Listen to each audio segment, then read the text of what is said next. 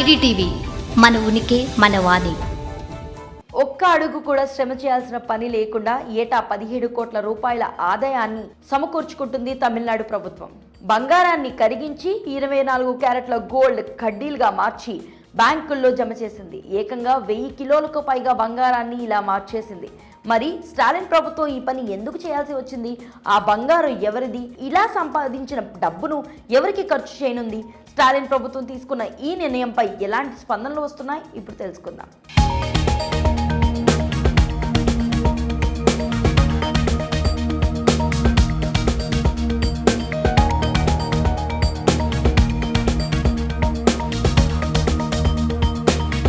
తమిళనాడు ప్రభుత్వం సంచలన నిర్ణయాన్ని అమలు చేసింది.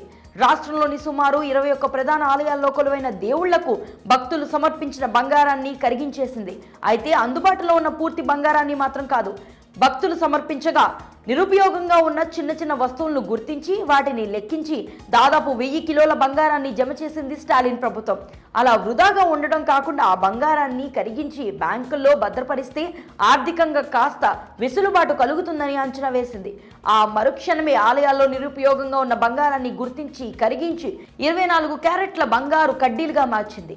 అక్కడితో ఆగకుండా సుమారు 1000 కిలోల ఆ 24 క్యారెట్స్ బంగారాన్ని బ్యాంకుల్లోనే భద్రపరిచి వాటి ద్వారా ఏటా 17,81 లక్షల రూపాయలను వడ్డీ రూపాల్లో సంపాదిస్తున్నట్లుగా తెలిపి అందరినీ ఆశ్చర్యపరిచేది. మరి ఈ విషయంపై మిశ్రమ స్పందనలు వస్తున్నాయి. తాము దేవుళ్లకు సమర్పించుకుంటున్న బంగారాన్ని అలా ఎలా ప్రభుత్వం తమ అవసరాలకు ఉపయోగించుకుంటుందని భక్తుల నుంచి ప్రశ్నలు వినిపిస్తున్నాయి. ఇది గుర్తించిన ప్రభుత్వం విషయం వివాదంగా మారకముందే మరో కీలక నిర్ణయాన్ని అమలు చేసింది. ఆలయాల నుంచి తీసుకున్న బంగారంపై లెక్కలు ఉన్నాయని వాటిని 24 క్యారెట్స్గా మార్చి బ్యాంకుల్లో భద్రపరిచిన తర్వాత వచ్చే ఆదాయాన్ని కూడా అలాగే లెక్కించి అవే ఆలయాల అభివృద్ధికి ఖర్చు చేస్తామని తెలిపింది. ఈ కార్యక్రమాన్ని సమర్థంగా అమలు చేసేందుకు 3 రిటైర్డ్ న్యాయమూర్తులను నియమిస్తున్నట్లుగా చెప్పింది. ఆ 3 రాష్ట్రంలోని 3 ప్రాంతాలకు ఒక్కొక్కరుగా ప్రాతినిధ్యం వహించి తమ పరిధిలోని ఆలయాలకు నిధులు అందుతున్నాయా లేదా అన్నది కఠినంగా పర్యవేక్షిస్తున్నారని స్పష్టం చేసింది. బంగారం మాత్రమే కాదు, అందుబాటులో ఉండి నిరుపయోగంగా ఉన్న వెండిని కూడా కరిగించి ఇలా ఆదాయాన్ని సమకూర్చుకునేందుకు తమిళనాడు ప్రభుత్వం చర్యలు తీసుకుంటుంది. ఈ మేరకు తమకు అనుమతులు కూడా వచ్చినట్లుగా ఉన్నతాధికారులు చెప్తున్నారు. ప్రస్తుతానికైతే తిరుచిరపల్లి జిల్లాలోని మరియమ్మన్ ఆలయం నుంచి మిగతా ఆలయాల కంటే ఎక్కువ బంగారం సమకూరుతుందని తెలిపింది. ఏకంగా 424 కిలోల బంగారాన్ని ఈ ఆలయం ద్వారా తీసుకుంటున్నామని చెప్పారు. చూస్తుంటే రాను రాను ఈ కార్యక్రమాన్ని మరింత ఉధృతంగా నిర్వహించే అవకాశం ఉన్నట్లుగా కనిపిస్తుంది. తమిళనాడులో ఎక్కడ చూసినా దేవస్థానాలు కనిపిస్తూ ఉంటాయి.